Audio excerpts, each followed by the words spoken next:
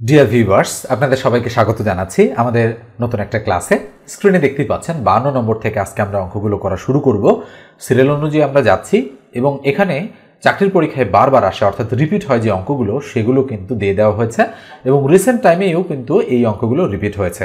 এখানে মূলত বিসিএস এর অঙ্ক, পিএসসির যে অন্যান্য নন ক্যাডার পদের যে অঙ্কগুলো রয়েছে সেগুলো রয়েছে, পাশাপাশি নিবন্ধনের অঙ্ক মানে শিক্ষক নিবন্ধন প্লাস প্রভাষক নিবন্ধন, পাশাপাশি স্কুল 2 এর অঙ্ক কিন্তু এখানে রয়েছে এবং প্রাইমারির যে অঙ্কগুলো রয়েছে, এটিইও এর চাকরির পরীক্ষার অঙ্ক রয়েছে, অনেক পরীক্ষার অঙ্ক কিন্তু এখানে ধারাবাহিকভাবে আমরা সাজিয়েছি, যেগুলো আপনাদের জন্য কিন্তু খুবই গুরুত্বপূর্ণ। তো দেখেন 52 নম্বর যে অঙ্কটা রয়েছে এটা সেট সংক্রান্ত একটা অঙ্ক এবং এখানে পাওয়ার সেট বা শক্তি সেট বের করার কথা বলা হচ্ছে।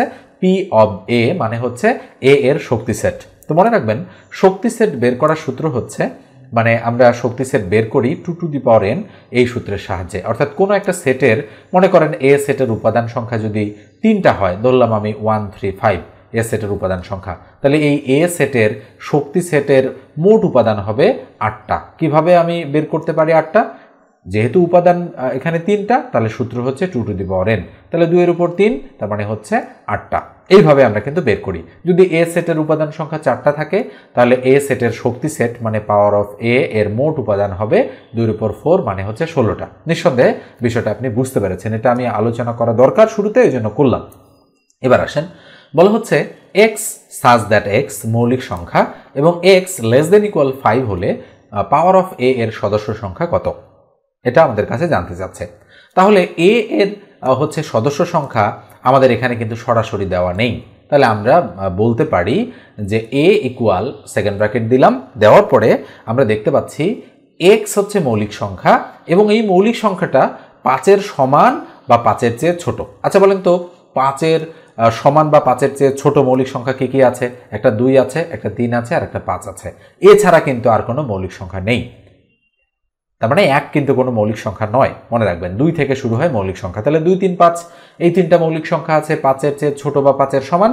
তাহলে এবার যদি আমরা পি অফ এ এর মোট উপাদান সংখ্যা বের করি, তাহলে আমাদের 2 টু দি পাওয়ার n এই সূত্র প্রয়োগ করতে হবে, 2 এর উপর কিউব মানে মোট উপাদান হচ্ছে 8টা। তাহলে খেয়াল করে দেখেন, এ নম্বর যেটা রয়েছে সেটাই আমাদের সঠিক উত্তর। এখন আমরা যদি উপাদানগুলো বের করতে চাই, তাহলে বলেন তো 2 3 5, 2 3 আর 5 এই 3টা উপাদান ছিল। এখান থেকে যদি আমি বের করতে চাই, তাহলে এভাবে একটা 2 হবে, একটা 3 আর একটা 5, 3টা হলো, একটা 2 3 আর একটা 2 5 আর একটা 3 5, ওকে, আর একটা হচ্ছে 2 3 5 আর একটা হচ্ছে ফাঁকা বা ওড়ি, মানে ফাঁকা সেট বলি আমরা এটাকে। তাহলে 1টা 2টা 3টা 4টা 5টা 6টা 7টা 8টা। নিঃসন্দেহে বুঝতে পেরেছেন যে এইভাবে আমরা শক্তি সেটের উপাদানগুলো, যদি কি কি উপাদান যদি রিটেন টাইপের অঙ্ক আসতো তাহলে কিন্তু আমরা বের করে দিতাম। সেক্ষেত্রে প্রথম বন্ধনী, দ্বিতীয় বন্ধনী, এগুলো কিন্তু আমাদের একটু হিসাব করে ব্যবহার করতে হতো। তো যেহেতু আমাদের শুধু বলেছে যে সদস্য সংখ্যা কয়টা, সেক্ষেত্রে আমরা কিন্তু শুধু সংখ্যাটা বের করে দিলাম। কয়টা হবে? সঠিক উত্তর হচ্ছে 8টা। এরপরে পরের অঙ্কটা দেখেন, এই অঙ্কটা কিন্তু আমাদের কি সংক্রান্ত বলেন তো দেখি? এই অঙ্কটা হচ্ছে আমাদের সূচক সংক্রান্ত। তো সূচকের এই অঙ্কটা যদি আমরা সলিউশন করতে চাই, তাহলে আমরা দুইভাবে সলিউশন করতে পারি, একটা হচ্ছে কমন নিয়ে আর একটা হচ্ছে সরাসরি। তো আমরা একটু কমন নিয়েই আপনাদেরকে সলিউশনটা করে দিব। আমরা অঙ্কটা তুলছি। তো দেখেন 4 to the power x plus 4 to the power x কয়টা আছে? এরকম 4 টু দি পাওয়ার এক্স 4টা আছে। তাহলে আমরা কমন নিয়ে যেহেতু করব, তাহলে একই রকম দেখতে 4টা আছে, আমরা একটা কমন নিলাম, থাকে 1 প্লাস 1 প্লাস 1 প্লাস 1। আপনি হয়তো বলবেন যে আচ্ছা আমি তো কমন নিয়েই ফেললাম, তাহলে 1 থাকে কেন? দেখেন, কমন নেওয়া মানে হচ্ছে আবার যদি আপনি গুণ করে দেন তাহলে আবার আগেরগুলো হতে হবে। তো এক্ষেত্রে যদি আপনি 0 বসায় দেন, সেক্ষেত্রে তো আর আগেরগুলো আপনি পাবেন না। এই জন্য কমন নিয়ে এই লাইন থেকে আবার এই লাইনে ফেরত যাওয়া যায় কিনা সেটা একটু খেয়াল রাখতে হবে। তাহলে 4 to the power x into, এই যে ইন্টু 4টা 1 আছে, যোগ করলে 4 হয়। তাহলে আপনি বলতে পারেন 4 টু দি পাওয়ার এক্স যেহেতু আছে আমাদের, তাহলে 2টা 4 এর মধ্যে আমি একটা 4 নিব, আর এই 4 এর পাওয়ার 1, তাহলে আমি এক্স প্লাস 1 লিখে দিলাম। যদি এইটা উত্তর থাকে এটা দাগাবেন, যদি এটা উত্তর না থাকে তাহলে এটাকে কিন্তু আর একটু ক্যালকুলেশন করা যায়। 4 মানে কিন্তু 2 এর উপরে স্কোয়ার, তার উপরে কত আছে? X plus 1। আমরা জানি পাওয়ার পাওয়ার গুণ হয়। তাহলে 2 to the power 2x plus 2, দেখেন এটা উত্তর আছে কিনা। আমরা দেখতে পাচ্ছি এটা উত্তর রয়েছে, ডি নাম্বার যে অপশনটা রয়েছে সেখানে, তাই আমরা এটাকেই অ্যাপ্রোপ্রিয়েট উত্তর হিসেবে দাগাতে পারি। তাহলে নিশ্চয়ই বুঝে গিয়েছেন। এবার দেখেন আমরা পরেরটাতে যাচ্ছি। পরেরটা কি? পরেরটাও সূচকের একটা অঙ্ক, বলা হচ্ছে 36 into 2 to the power 3x minus 8 equal to 3 এর উপর স্কোয়ার যদি হয় তাহলে x এর মান আমাদের কত সেটা খুঁজে বের করতে বলা হচ্ছে। তো আমরা অঙ্কটা এখান থেকেই সলিউশন করব। তো কি বলা হচ্ছে বলেন তো দেখি। আচ্ছা আমরা আগে তুলি 36 into 2 to the power 3x minus 8 equal to হচ্ছে 3 এর উপরে স্কোয়ার, এটা বলা আছে আমাদের। তাহলে আমরা যদি সলিউশন করি তাহলে আমি একটু স্ক্রিনটাকে ব্লার করে দিব, কারণ আমাদের x এর মান বের করতে বলা হচ্ছে, আমরা এখানে একটু x এর মানটা বের করব। তাহলে আমরা 2 to the power 3x minus 8 লিখলাম, এই দিকে 3 এর উপরে স্কোয়ার আছে, আর এই 36 এই দিকে গিয়ে আমি ভাগ করে দিলাম। কেন বলেন তো, গুণ আকারে আছে, ভাগ হয়ে গেল। তাহলে বা 2 এর উপর 3x মাইনাস 8 ইকুয়াল, এটা তো 3 এর উপর স্কোয়ার মানে কত 9, তাহলে 9 1 9 4 9 36, তাহলে 1/4 তাড়াতাড়ি করার জন্য এই কাজটা আমি করলাম। তাহলে 2 এর উপর 3x মাইনাস 8 এখানে আমি লিখতে পারি 1/4, তার মানে 1/2 এর উপরে স্কোয়ার। তাহলে এই লাইনটাকে আমি এভাবে লিখতে পারি 3x মাইনাস 8 যা আছে তাই 2 এর উপর ইনভার্স 2। দেখেন চাইলে কিন্তু আমি এই দুটো লাইন নাও লিখতে পারতাম, কিন্তু আপনাদের বোঝানোর জন্য আমি লিখেছি। তাহলে এই 2 আর এই 2 ক্রস, যেহেতু বেস বেস সমান তাহলে পাওয়ার ইকুয়াল পাওয়ার আমরা লিখতে পারি। তাহলে বা আমরা লিখবো 3x মাইনাস 8 ইকুয়াল টু -2। তাহলে বা 3x ইকুয়াল টু কি হয় -2, এই -8 এদিকে আসলে +8, তাহলে বা 3x ইকুয়াল টু 8 থেকে 2 গেলে 6, তাহলে সুতরাং x এর ভ্যালু 6কে 3 দ্বারা ভাগ করলে 2, তার মানে x এর ভ্যালু আমরা কত পেলাম, আমরা 2 পেয়েছি। তাহলে 2 উত্তর আছে কিনা, 2 উত্তর রয়েছে ডি নম্বরে, তাই এটাই আমাদের অ্যাপ্রোপ্রিয়েট অ্যান্সার। এবার দেখেন পরেরটা 55 নম্বরে কি বলা হচ্ছে, একটি সরলরেখার উপর অঙ্কিত বর্গ ওই সরলরেখার অর্ধেকের উপর অঙ্কিত বর্গের কত গুণ। তো মনে রাখবেন যদি এরকম প্রশ্ন আসে তাহলে একটি সরলরেখার উপর অঙ্কিত বর্গ ওই সরলরেখার অর্ধেকের উপর। আচ্ছা অর্ধেক মানে কি, 2 ভাগের 1 ভাগ, তাই না, এটা হলো অর্ধেক। যদি অর্ধেক বলে তাহলে আপনারা 2 এর উপর স্কোয়ার করে দিবেন, উত্তর 4। দেখেন উত্তর কিন্তু 4 গুণ। যদি 3 ভাগের 1 ভাগ বলে তাহলে 3 এর উপর স্কোয়ার করে দিবেন, উত্তর তখন হবে 9 গুণ। যদি 4 ভাগের 1 ভাগ বা 1/4 বলে তখন 4 এর উপর স্কোয়ার করে দিবেন, যেটা হবে সেটাই উত্তর। ওকে, তখন 16 হবে উত্তর। তাহলে একটু আগেই আমি এরকম একটা বললাম ব্যাস এবং ক্ষেত্রফলের ক্ষেত্রে, তো এটাও তাই, সরলরেখার ক্ষেত্রেও একই জিনিস প্রযোজ্য, এভাবে আপনাকে করে ফেলতে হবে। তাহলে এটার উত্তর কত, 4 গুণ। তাহলে পরেরটা আসেন, সুদ আসল সংক্রান্ত অঙ্ক। এটা কি বলা হচ্ছে আমাদের, বলা হচ্ছে শতকরা বার্ষিক কত হার সুদে কোনো মূলধন 10 বছরে সুদে মূল্যে 3 গুণ হবে। খুবই সুন্দর অঙ্ক।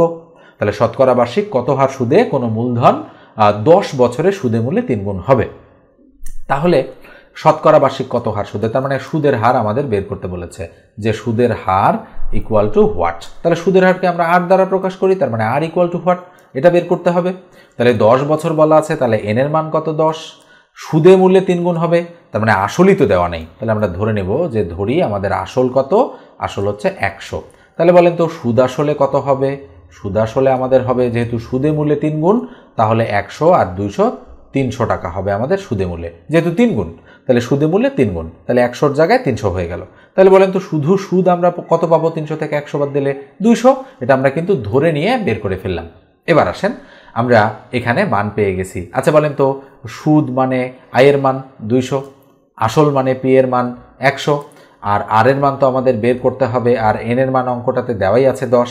তো মনে রাখবেন যেখানে আর বসবে তার নিচে 100 কিন্তু অটোমেটিকলি বসে যায়, কেননা এটা সুদের হার, এই জন্য আর মানে কিন্তু R%, এটা মাথায় রাখতে হবে। তাহলে আমরা জানি I equal to P R N.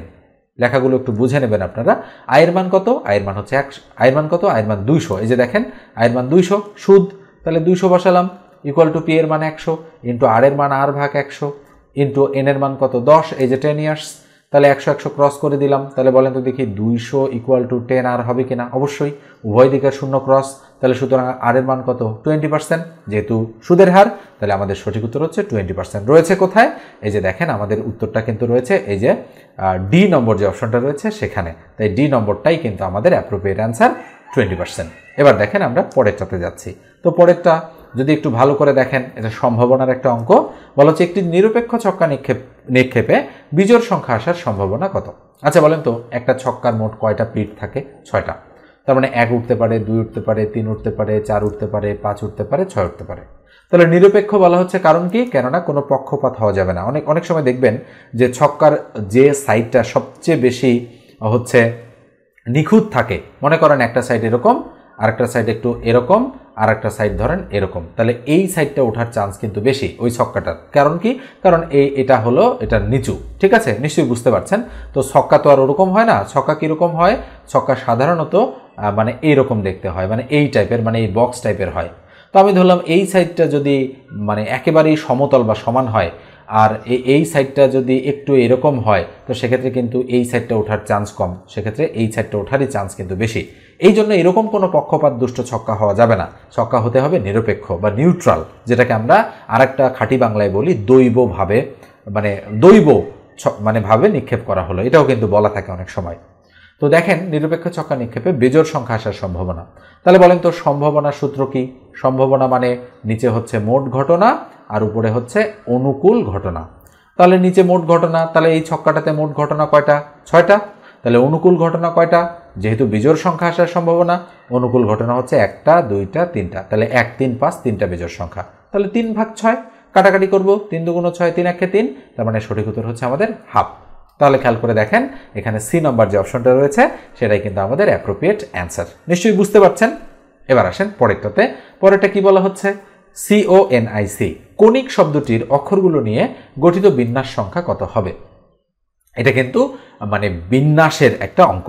তো বিন্যাস এবং সমাবেশের বেশ কিছু সূত্র রয়েছে। সূত্রগুলো হচ্ছে NCR এবং NPR।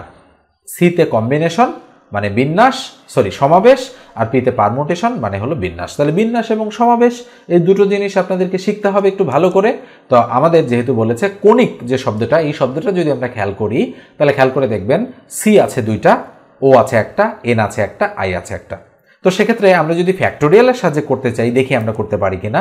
তাহলে মোট 1 2 3 4 5টা লেটার আছে, তাই 5 ফ্যাক্টোরিয়াল, যতটা থাকবে তার সাথে ফ্যাক্টোরিয়াল। আর যেহেতু সি 2টা আছে আমরা লিখব 2 ফ্যাক্টোরিয়াল। একটু ভালো করে খেয়াল করে দেখেন। তো ফ্যাক্টোরিয়াল জিনিসটা কি? ফ্যাক্টোরিয়াল জিনিসটা হচ্ছে এরকম যে যদি 2 এর সাথে ফ্যাক্টোরিয়াল থাকে তাহলে তার মান 2 গুণন 1, যদি 3 এর সাথে ফ্যাক্টোরিয়াল থাকে 3 গুণন 2 গুণন 1, মানে সিরিয়াল অনুযায়ী 1 পর্যন্ত যাবে। আচ্ছা বলেন তো 5 ফ্যাক্টোরিয়াল মানে 5 গুণন 4 গুণন 3 গুণন 2 গুণন 1 কিনা? অবশ্যই, এটা মানে কিন্তু আমরা সরাসরি জানি 120, তবে আমি এইভাবেই দেখালাম। আর 2 ফ্যাক্টোরিয়াল মানে 2 গুণন 1, তাহলে 1 1 কাটা 2 2 কাটা, তাহলে 3 4 12 5 12 60, তার মানে 60 হচ্ছে আমাদের সঠিক উত্তর। এই যে দেখেন সি নম্বর অপশনে কিন্তু আমাদের 60 রয়েছে। এবার আমরা পরেরটাতে যাব। পরেরটা দেখেন কি বলা হচ্ছে, যে একটি থলিতে 5টি নীল 10টি সাদা 20টি কালো বল আছে। দৈব চয়নের মাধ্যমে একটি বল তুললে সেটি সাদা না হওয়ার সম্ভাবনা কত? তো এটাও সম্ভাবনার অঙ্ক। তাহলে সম্ভাবনার সূত্র কি? নিচে মোট ঘটনা আর তার উপরে কি? অনুকূল ঘটনা। তাহলে মোট ঘটনা ভাগ অনুকূল ঘটনা। খেয়াল করে দেখেন তাহলে এই যে এখানে অঙ্কটা রয়েছে, তাহলে নীল বল কয়টা আছে? আমাদের নীল বল আছে 5টা। সাদা বল কয়টা আছে? সাদা বল আছে কিন্তু আমাদের 10টা। কালো বল কয়টা আছে? কালো বল আছে আমাদের 20টা। তাহলে মোট বল কয়টা আছে? 20 আর 10 30 5 35, তার মানে আমাদের মোট ঘটনা কত হবে? 35, এটা শিওর। এবার আসেন দৈবভাবে বা দৈব চয়নের মাধ্যমে, একটু আগেই কিন্তু আমি বললাম নিরপেক্ষভাবে অথবা দৈব চয়নের মাধ্যমে একটি বল তুললে সেটি সাদা না হওয়ার সম্ভাবনা কত? আচ্ছা বলেন তো সাদা না হওয়ার সম্ভাবনা মানে সাদা ছাড়া বাকি বল কয়টা আছে? নীল আছে 5টা, কালো আছে 20টা, তাহলে 20 আর 5 25, তার মানে এই 25 হচ্ছে আমাদের অনুকূল ঘটনা। যেহেতু বলেছে সাদা না হওয়ার সম্ভাবনা, তাহলে অনুকূল ঘটনা 25, তাহলে 5 5 25, 5 7 35, তার মানে উপরে 5 তার নিচে 7, এটাই আমাদের অ্যাপ্রোপ্রিয়েট অ্যান্সার। কোথায় রয়েছে?